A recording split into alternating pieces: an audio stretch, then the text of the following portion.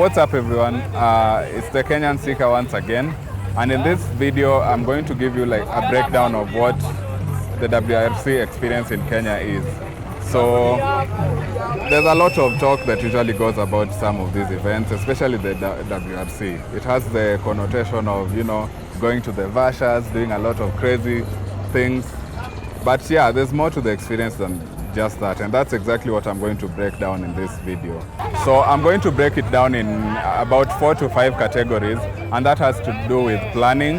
That's right even before you leave your resident, in our case Nairobi, to how you get here, what you should follow, what you should do, how much you're going to spend, where to stay, and such like stuff. So it's going to cover about all the experience you're going to get in this place.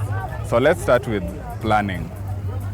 One thing you need to realize when you're coming to such a place is that movement is key, because all these stages of WRC are going to take place in different places. Yes, generally it's in Naivasha, but to be honest, there are some far-flung areas like Soisambu, which you might have to think about how you'll move, say, from Naivasha to Soisambu. Usually I've found that most of these stages are about 40 minutes away from each other, others up to 1.5 hours. So you can imagine how this is going to be crazy, especially if you don't have a means of transport. So the first thing to consider when you're planning is, preferably if you don't have a car, get yourself either a friend who you can come with, or you might rent out a car, for example. So once that is done, you're going to have to think about what are you going to carry to such a place. First of all, for the past 2 years, we've seen that it takes about 4 days. So that means you need to plan for the 4 days.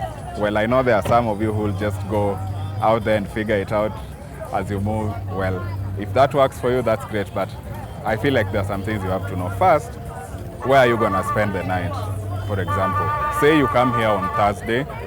So that's Thursday night, Friday night, Saturday night, and I'd say Sunday night, because as it ends on Sunday, that's where all the interesting things are going to happen. The podium, say, the winners being awarded, you know, popping the champagne and sorts, and of course the end of event party that usually goes wild in these areas. Yeah, so having said that, think of where you're going to stay. In my experience, if you are really a good reveler, you might not need a place to stay, but well, you're gonna get tired at some point. So in that case, you must have someone who's dedicated to moving you guys around, such that if you end up partying the entire night, you still have someone who's in a position to like move you around, to make most of the good decisions for you, and even be like the voice of reason for the whole crew. I know that sounds too nerdy, but yeah, you need it. So secondly, if you are going to stay, I'd probably suggest get yourself an Airbnb. And these days they are cheap, for as cheap as even 3,500 for a residence that could host you for a night. So if you are to do, say, the 4 days, that might end up costing you about 3,500 times 4 days. That's about 12 to 15K. So if you have that, well and good. If you don't, find yourself who live around here in Naivasha or Nakuru. Those are areas within the proximity of the action, and this can help you big time.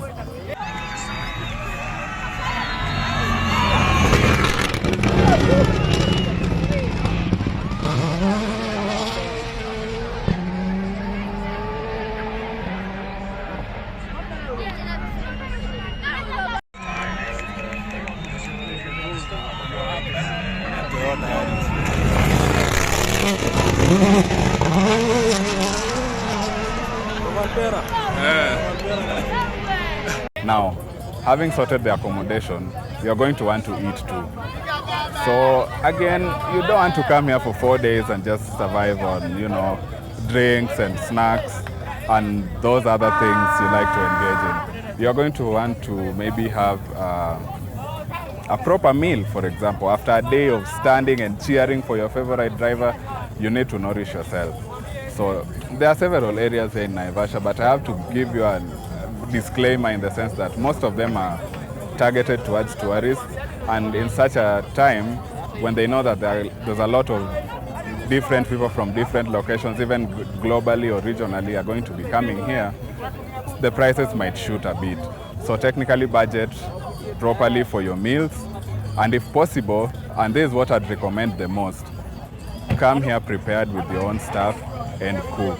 Now, you might not have a jeep or that experience, the outdoor experience, but get yourself a gas, for example, get yourself cooking stuff that you can do on the go, and come here, set up your stuff, fry your bacon, fry your eggs, just do all the easy food to make that you can do out here. That will save you a lot from those expensive foods that might not even be what you are looking for ultimately.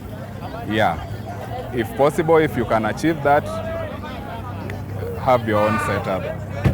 Now, having sorted the meal, the next thing would probably be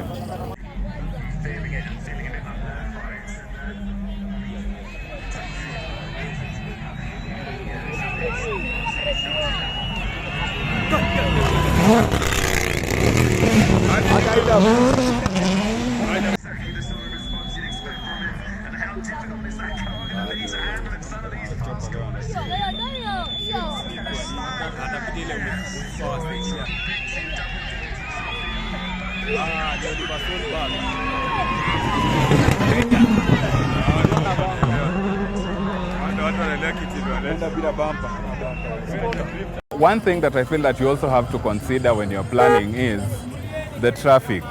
Unfortunately, you've seen those crazy videos where people literally sleep on the Nakuru Naivasha highway or the Naivasha Nairobi highway. It's not even a joke.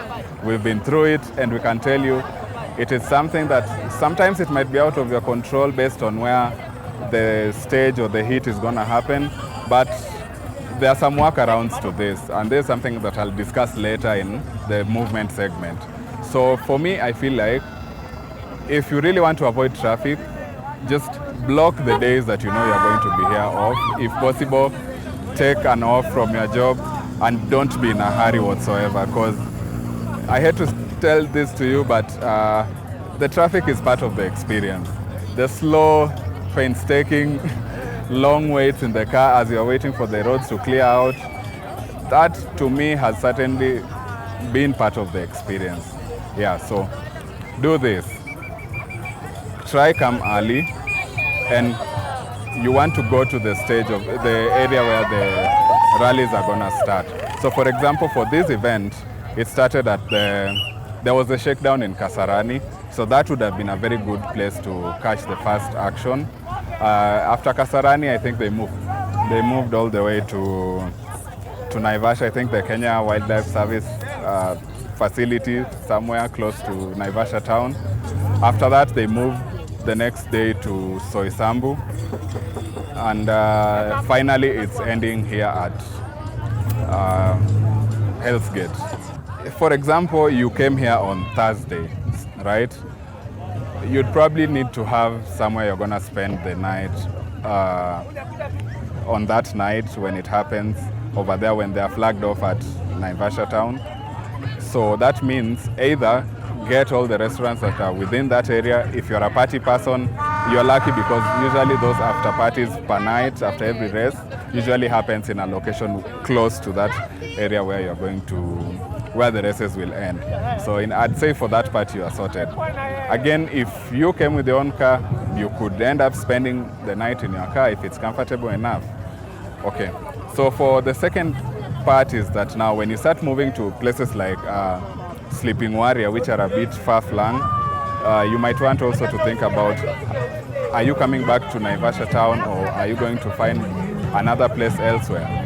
I find it that usually the best tip is to know how the schedule is gonna go and make sure that the night before you've planned to be in that new area by say 8 in the morning, because that's when most of these things are flagged off. So in our case, for example, we arrived here on Saturday because of one reason or another.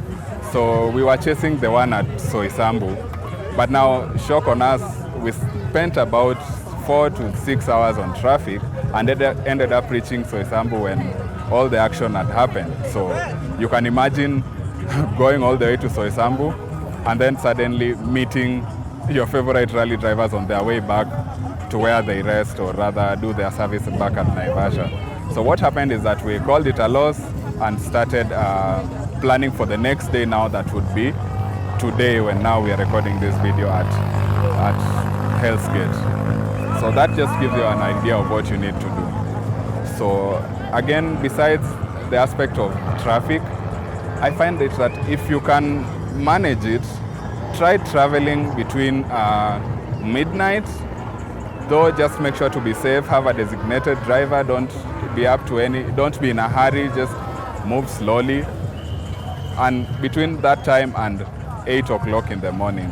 Or you could do it during the noon if you are really not waiting for, or rather if you visited an area that the rally is not going to end at. So it's just a way of checking when are the most people going to be moving from one place to another, and I find that that's usually when one race is ended in one place. So try to either leave earlier, or if you are not in a hurry, stay a bit later and go to the next place.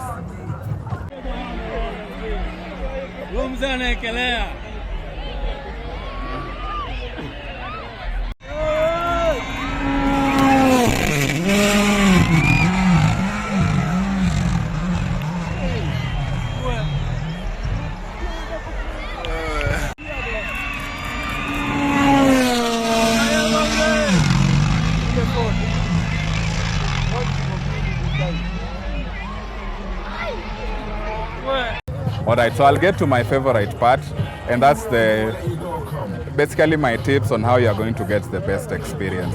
To be honest, you can't be in all the stages at the same time. You can't make it to all the different stages that are going to be, or rather where they're going to do their rallies for the entire 4 days. So my tip is get 4 of the most famous areas, and in my experience this would be some place like Sleeping Warriors. You can go to Soisambu if you don't mind the distance, and also you can come here where the previous one and this one is going to end here at Hell's Gate. So those are 3, and also make sure to be in the shakedown in, say, Kasarani or whichever place is going to be flagged off. I can guarantee you that the experience you'll get in those 4 areas, say Kasarani, Soisambu, Sleeping Warrior, or maybe here at Hell's Gate, is going to be a good representation of every other thing you'll maybe go through in those other events. So if you can't make it to all of the 4, just do 2. Do the last event, which probably would be the Hell's Gate or somewhere else, because that has the most people, that has the most action, it's literally the finals. You're getting to see who wins, and everything is just coming to an end suddenly, and you realize that you have to go back to work and, back to life. So it's the most promising. Make it to the last one, and preferably you can do Sleeping Warrior, because it gives you a chance to explore this area, the Naivasha area, a bit more.